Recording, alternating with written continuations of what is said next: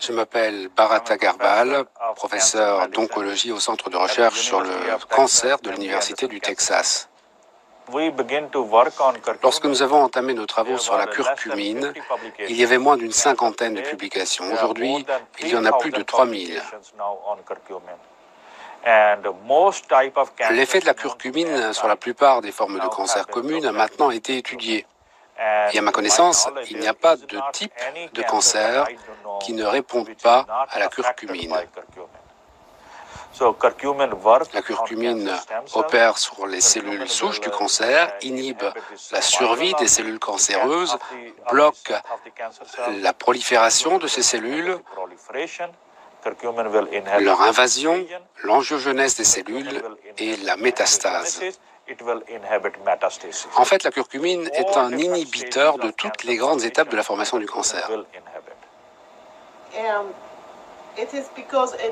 Est-ce en raison de ses puissantes propriétés anti-inflammatoires? Oui, c'est une substance très puissante, parce qu'il y aurait dans le cancer comme un interrupteur principal, plus précisément un facteur de transcription appelé NF-κB, et c'est cet interrupteur principal qui régule l'inflammation des cellules. Cette régulation s'exprime sur plus de 400 gènes différents. Or, la plupart de ces gènes régulés par le facteur nucléaire κB bloquent aussi la croissance des cellules cancéreuses. Pour résumer, la curcumine est capable de bloquer le facteur nucléaire κB, lequel contrôle l'inflammation et la tumorogenèse.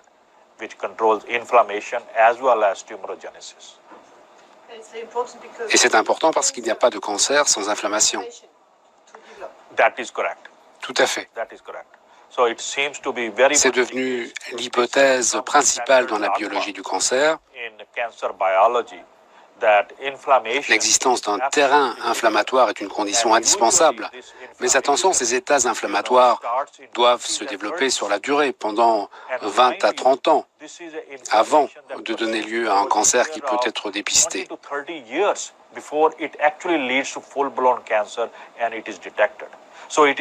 Et ce sont ces états inflammatoires chroniques qui persistent durant de nombreuses années qui risquent de déboucher sur un cancer.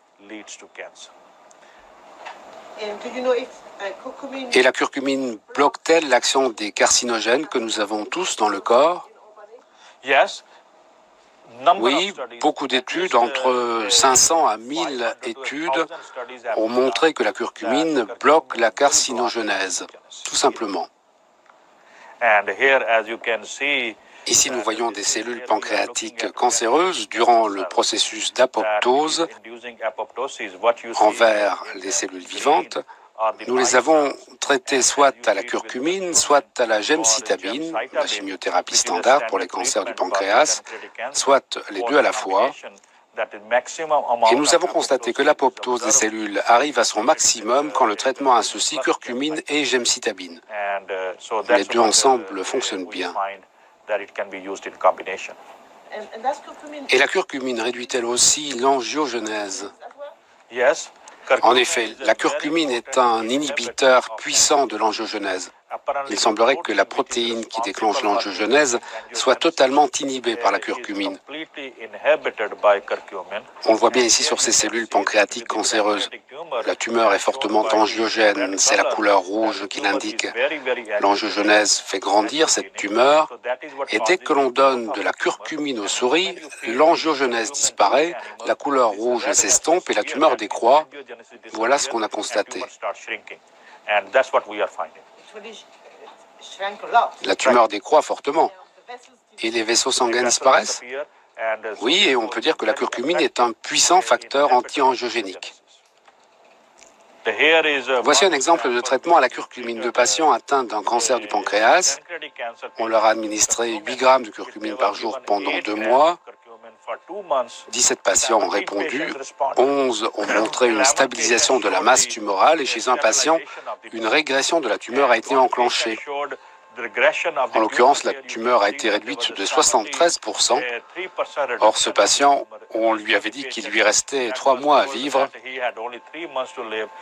2 ans plus tard, ce patient est toujours là.